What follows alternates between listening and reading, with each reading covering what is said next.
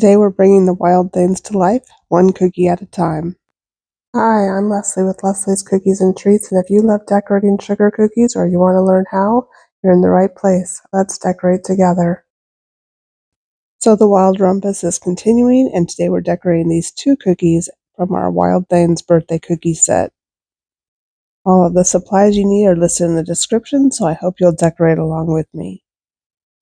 And using any shaped cookies that you have, go ahead and outline the edges. I'm using a 15-second royal icing in white.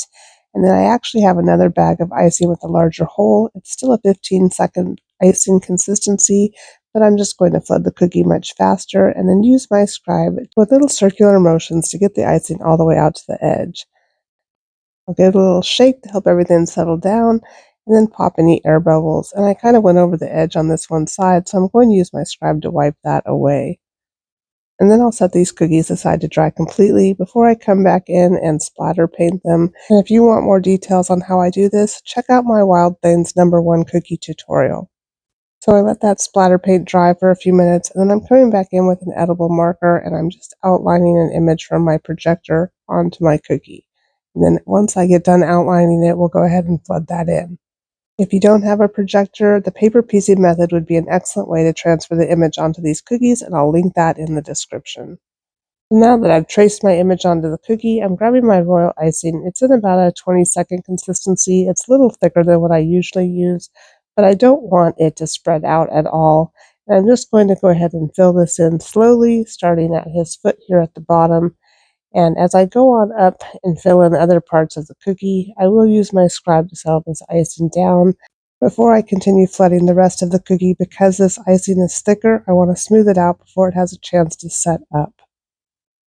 So I'll finish flooding in his legs and feet here, and then I'll smooth this icing out with my scribe.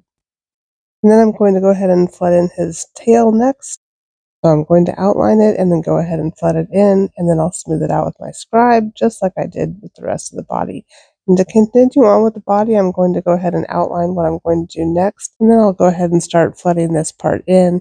When I get down to the part where I already had flooded his body, I'm just going to stick my piping bag right inside that part and continue flooding so that it keeps the edge wet and I can continue on. And then again, I'll use my scribe to settle this all down and get it nice and smooth. And that's it. It's that easy to pipe a wild thing. I've actually never read this book. That's something I've always wanted to do. My kids were a little bit too old when it came out. So drop me a note in the comments and let me know if you love this book, and if so, why, and whether I should read it now as an adult. So for this second wild thing, we're just going to go ahead and do the same thing. I used my projector to trace the image onto my cookie, but you could also use the tissue paper or the paper piecing method like we discussed before. And I'm just going to outline him and then flood him in, following the same procedures we did before. He's a little bit less detailed, so we can go ahead and flood in his entire body before we use our scribe to settle him down. And just like that, now our wild things are home to stay. Pretty simple, pretty quick. These cookies are perfect for your next Wild Things birthday party, and I hope that you try making these. Thank you so much for watching. Hit that subscribe button so the Wild Things can find you again as we continue on this cookie decorating journey together. Bye for now.